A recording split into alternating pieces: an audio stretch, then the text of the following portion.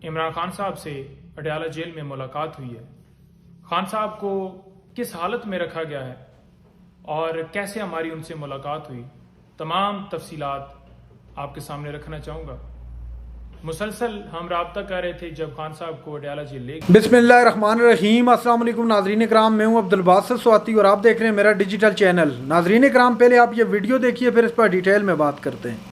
तो बड़ी दहशतगर्दों की तरह हमारी तलाशी ली गई और कहा गया कि कोई चीज़ आपने लेकर नहीं जानी। पहले भी कोई इस तरह का जो है वो सिर्फ और सिर्फ हमारे पास एक वो क्या कहते हैं कि एक पेन था या फिर कुछ डॉक्यूमेंट्स थे जो उनसे साइन करवाने थे, और हमने नोट बनाया हुआ था केसेस के हवाले से, क्योंकि आपको पता है कि 200 के करीब खान साहब के ऊपर केसेस जो हैं वो दर्ज किए गए हैं।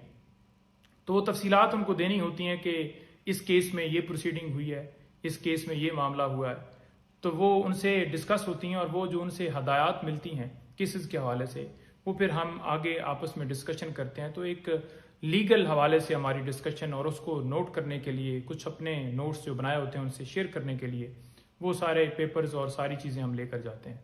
तो उन्होंने कहा जी कि कोई आपको इजाज़त नहीं है, आप कोई चीज़ लेकर नहीं जा सकते। बड़ा हमें हैरानगी हुई। एक जगह के ऊपर तलाशी ली गई, ओवरऑल चेकिंग की गई और हमारे पास तो सिर्फ वही एक पेन और वो पेपर थे, वो उन्होंने ले लिए। दोबारा फिर आगे गए, फिर उसी तरह से तलाशी ली गई। हमने कहा जी हम दहशतगर्द हैं जो आ गए। यानी कि ज़िंदगी में कभी हमने ऐसा हिस्ट्री में नहीं सुना कि कोई वकील अपने क्लाइंट से मिलता है तो उसको जो बेसिक चीज़ें हैं वो जो डिस्कशन के लिए, लीगल डिस्कशन के लिए इन चीज़ों को ले जाने के ऊपर भी पाबंदी हो कि आप पेपर नहीं ले जा सकते, आप पावर ऑफ अटॉर्नी नहीं ले जा सकते, या आप जो है वो पेन नहीं ले जा सकते।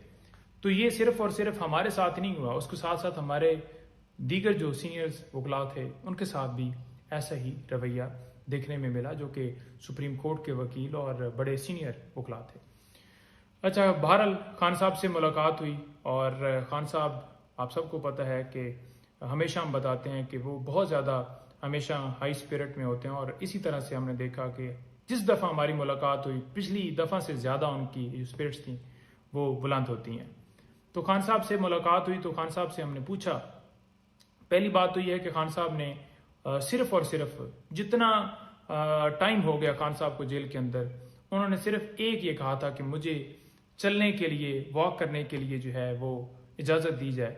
तो उनको इजाज़त नहीं मिली और उन्होंने उनको रिक्वेस्ट की कि मुझे जो है वॉक करने का जो है वो इजाज़त दी जाए, कोई स्पेस दी जाए जहाँ पर मैं वॉक कर सकूँ। तो पहली बात तो ये है कि किसी जगह के ऊपर, किसी कानून में, किसी प्रोसीजर में, किसी जो जेल मैनुअल है उसमें ये जिक्र किसी जगह के ऊपर नहीं है कि आप किसी को चलने की इजाज़त से रोक सकते हैं, आप किसी को जो है इस तरह की पाबंदियाँ लगा सकते हैं। उन्हें एक जो है सेल, छोटा सा सेल है जिसमें बंद किया गया है और वो 24 घंटे उसी में रहते हैं। उनकी मूवमेंट के ऊपर बिल्कुल पाबंदी है, किसी तरह से वो 1 मिनट के लिए भी उनको बाहर नहीं निकाला जाता। हमेशा आपने ये भी देखा कि इसी जेल में नवाज शरीफ रहा और उसको क्या क्या सहूलतें मिली और क्या क्या उसको जो है फैसिलिटीज़, लॉन मिले, और वो चलता था और फिरता था और एसी और पत्नी क्या क्या। खान साहब ने कोई डिमांड नहीं की। मैंने पूछा कि जी बी क्लास आपको दे दी गई। उन्होंने कहा कौन सी बी क्लास, क्या बी क्लास? मैंने कहा उसमें होता क्या है? बताया कि वो चला रहे हैं जी कि कूलर आपको मिला है जी। उन्होंने कहा जी नहीं, कोई ऐसा नहीं। उसने कहा नहीं, कूलर मुझे चाहिए भी नहीं क्योंकि मौसम ठीक है, मुझे कोई उसमें इशू नहीं और मैं तो इस चीज़ की मेरी डिमांड नहीं, और मैंने तो सिर्फ वाक का कहा है। बात यह है कि जो ये खबरें चलाई गई कि उनको बेटर फैसिलिटीज़ दे दी गई, सारी झूठी हैं।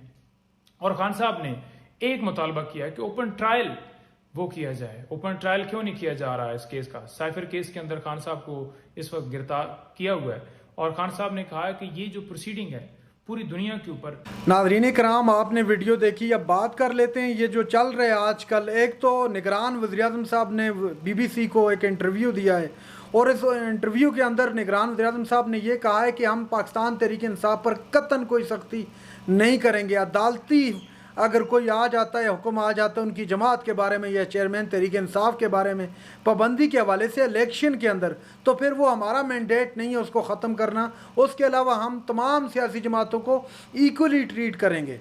नाज़रीन कराम, इसके अलावा नवाज़ शरीफ की वापसी को लेकर जो उन्होंने स्टेटमेंट दी, उन्होंने ये कहा कि अगर नवाज़ शरीफ मुल्क वतन वापस आ जाते हैं तो उनके साथ कानून के मुताबिक डील किया जाएगा, कानून अपना रास्ता खुद लेगा। अगर वो अदालत से रिलीफ लेकर आ जाते हैं तो फिर तो बात ख़त्म, अगर रिलीफ लेकर नहीं आते तो फिर कानून का रास्ता जो मुझे ज़ाती तौर पर लग रहा है वो यही है कि एक शख्स जो ज़मानत पर गया था वो अपने वक्त से फिर पर वापस नहीं आया, वक्त क्या बल्कि 4 साल के दौरानी के बाद आए, तो उसकी गिरफ्तारी तो बनती है अगर कानून के मुताबिक देखा जाए। ये मेरी ज़ाती राय है, आप इससे इख्तलाफ कर सकते हैं। इसके अलावा आपने देखा कि शेर अफजल मरवत और अफनानुल्लाह के दरमियान नेशनल टेलीविज़न पर किस तरह की, मैंने पिछला व्लॉग उस पर किया, आपको दिखाई वो वीडियो, तो बड़ा दुख होता है जब इस तरह एक वकील है पाकिस्तान का सबसे पढ़ा लिखा तबका, दूसरी जानब सेनेटर है वो भी पाकिस्तान का सबसे ज़्यादा पढ़ा लिखा तबका है, तो इस तरह नेशनल टेलीविज़न पर बैठकर आप अगर इस तरह करेंगे तो मेरे ख्याल से ये ज़ेब नहीं देता है, तो इस तरह नहीं होना चाहिए। अब शेर अफजल मरवत साहब ने लीगल नोटिस भेजने का भी कहा है जावेद चौधरी साहब को, अब देखते हैं ये मामला किस जानब बढ़ता है। और दूसरी जानब आज एक अफसोसनाक वाक़या बलूचिस्तान के इलाके मस्तोंग के अंदर जो हुआ, 40 के करीब अफराद दहशतगर्दी के नतीजे में शहीद हो गए और 80 के करीब ज़ख्मी, जिनमें से मुतअद्दिद की हालत जो है तशवीशनाक बताई जा रही है। नाज़रीन इकराम, ये थी आज की हमारी वीडियो। चैनल पर जो नए चैनल को सब्सक्राइब कर लें। अगली वीडियो तक के लिए अल्लाह हाफ़िज़।